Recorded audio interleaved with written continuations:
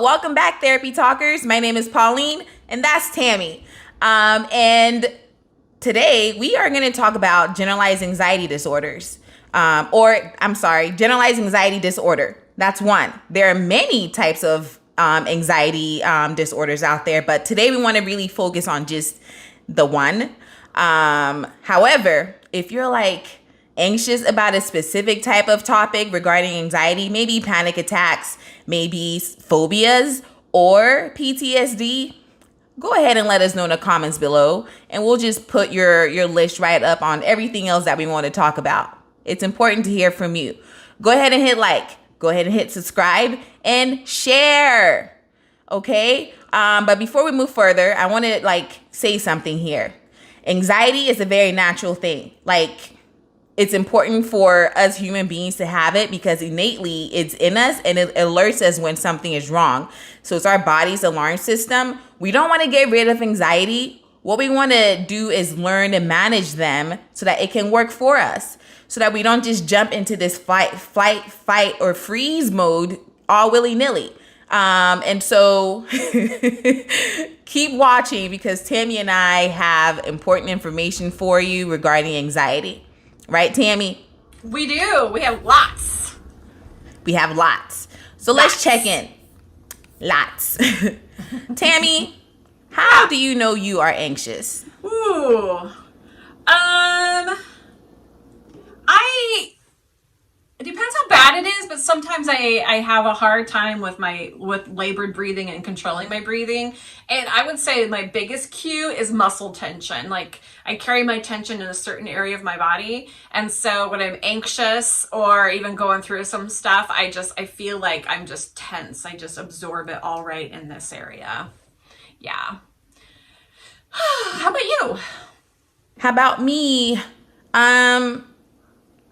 Mine would be, I break my anxiety into there's the good kind of anxiety and there's the bad kind of anxiety.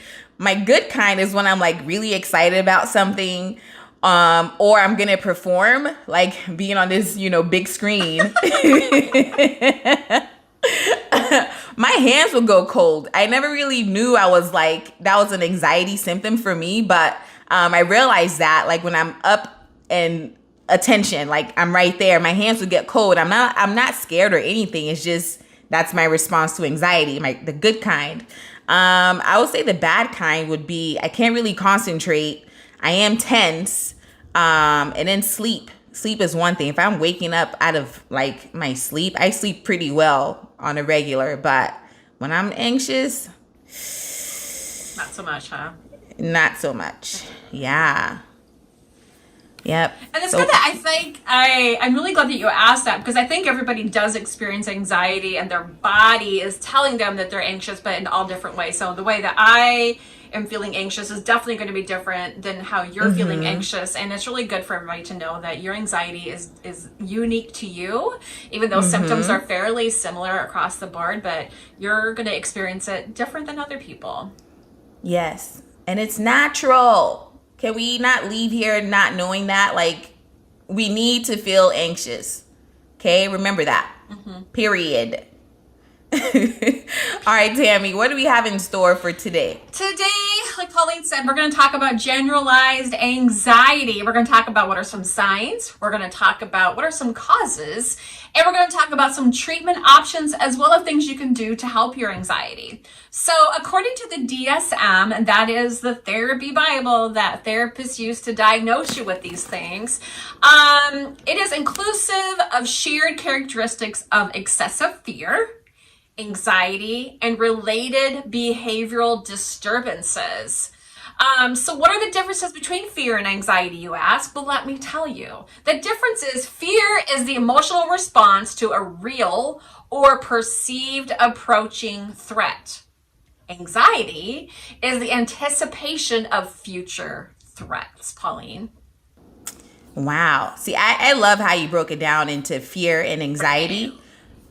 Break it down. Yeah, fear is definitely an emotional response. We're human beings and we're going to feel and experience fear. And then anxiety, future threats, you're anticipating that, you're future tripping, as they say. For no reason. You're just in the future when the present is awesome. Stay right here. Left behind. Sad. What? Nothing. Let's move on. Oh dear. Okay.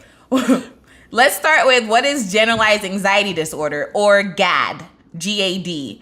According to the National Alliance on Mental Health, aka NAMI, GAD produces chronic excessive worrying about everyday life. The worrying can take up hours of each day, making it hard to concentrate or finish daily tasks. So this can look like procrastination for some people, including myself.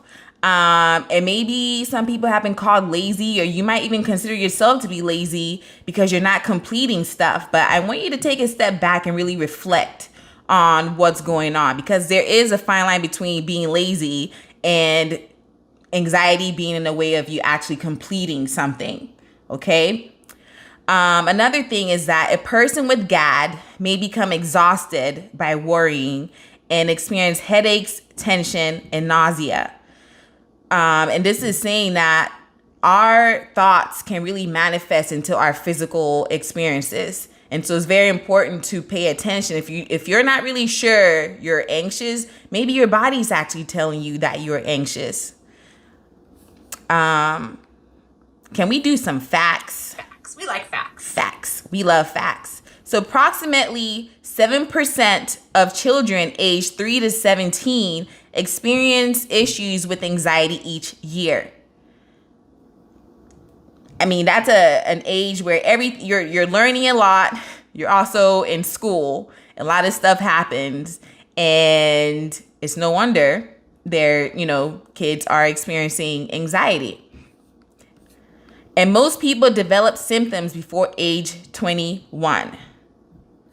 So we're all anxious. And 2020 really probably told us a lot about ourselves, if anything. Yeah. But not to say that you can't get anxiety after that. But yeah, these are some facts about that age group. So let's talk about symptoms. Anxiety disorders are a group of related conditions, each having unique symptoms. However, all anxiety disorders have one thing in common, and that is persistent excessive fear or worry in situations that are not threatening. So people typically experience one or more of the following symptoms. So let me go through this, but while I'm reading this, I want you guys to take a deep breath, because I know this can be a lot. Okay, so emotional symptoms could include feeling of apprehension or dread. It could include feeling tense or jumpy. It could include restlessness or irritability, or like what Pauline said, maybe not sleeping very well. It could be anticipating the worst or being watchful for signs of danger. Some physical symptoms, talking what Pauline said, maybe your palms are getting chilly or cold, or maybe you're feeling tension in your body like I had talked about. It could be pounding or racing heart or shortness of breath.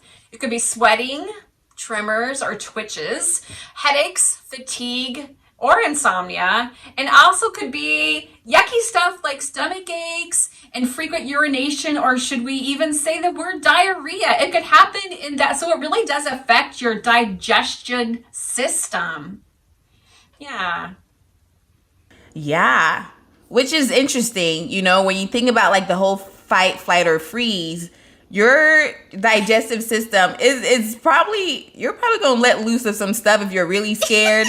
Or you're going to withhold because your body's like, we don't need to do that right now. Yeah. We need all the attention on your legs to move really fast, or your hands to just get ready to do something. Mm-hmm. All of that. If we allow our bodies to do what it needs to do for us, like, it will come through.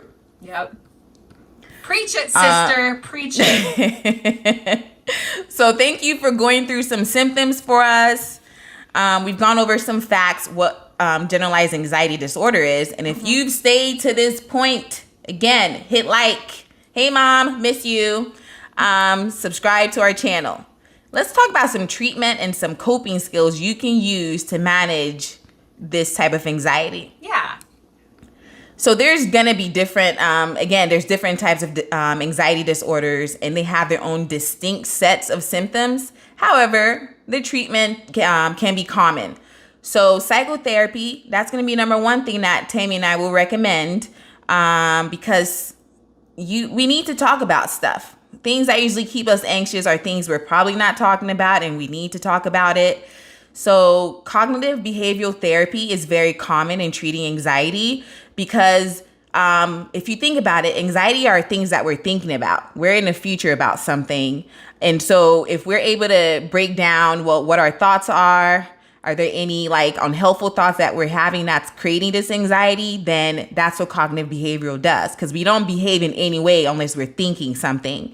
So that's what that specific type of therapy does.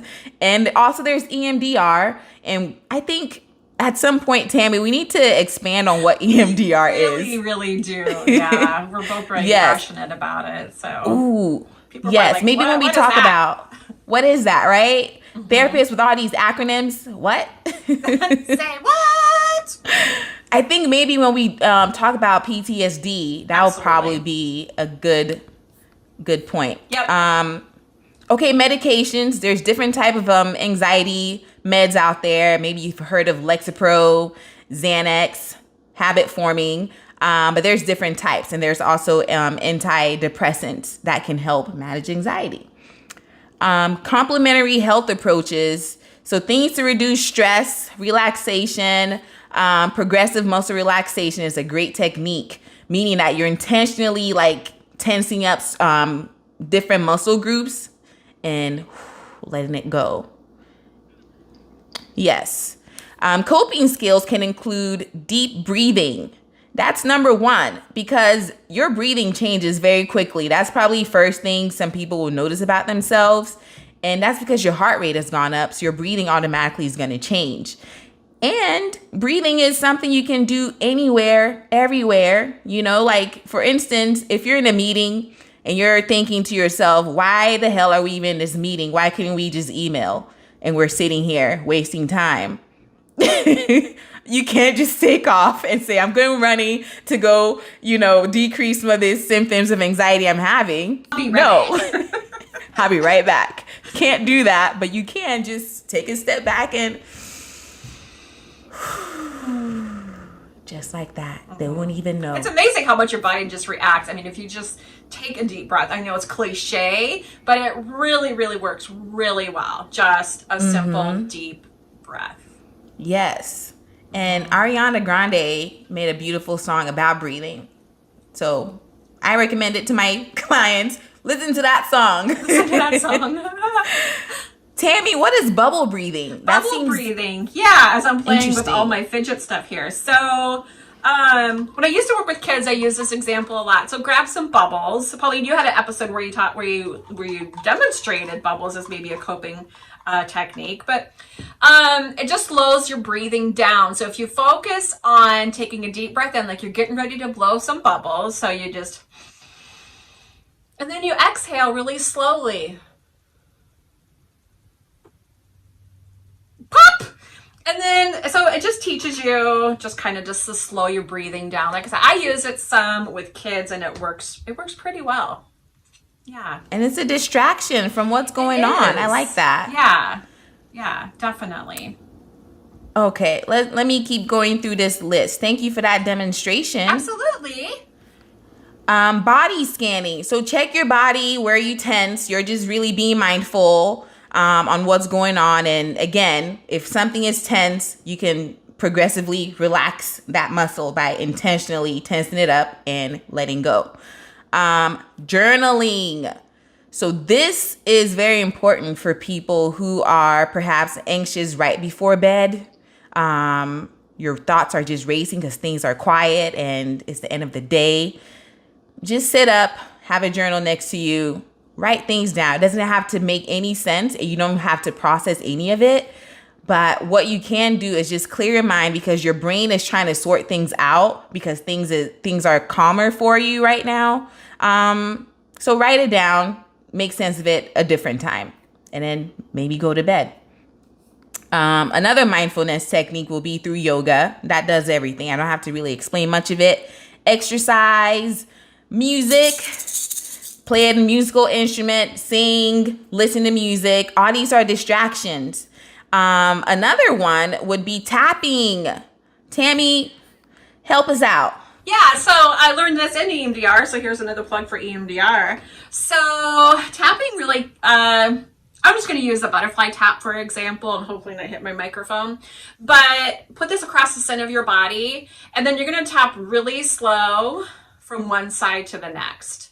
You can do lots of variances of this. I call it butterfly tapping, if my phone can pick up on it. And then for other people, I say we can do dinosaur hug. So this is a dinosaur hug, but just slow tapping from one side to the next. That's called bilateral stimulation, and we'll get into that in another day. But tapping and then focusing on your breathing at the same time. If you're having a real hard time getting out of your head and like getting those rapid thoughts to stop, what I tell people is to tap to the tune of a lullaby, and then that way it kind of decreases your anxiety even more. So if you're tapping, like let's just say Twinkle Twinkle Little Star, for example. So you're singing Twinkle Twinkle Little Star out loud, but you might be singing to yourself if you're at the office meeting, right?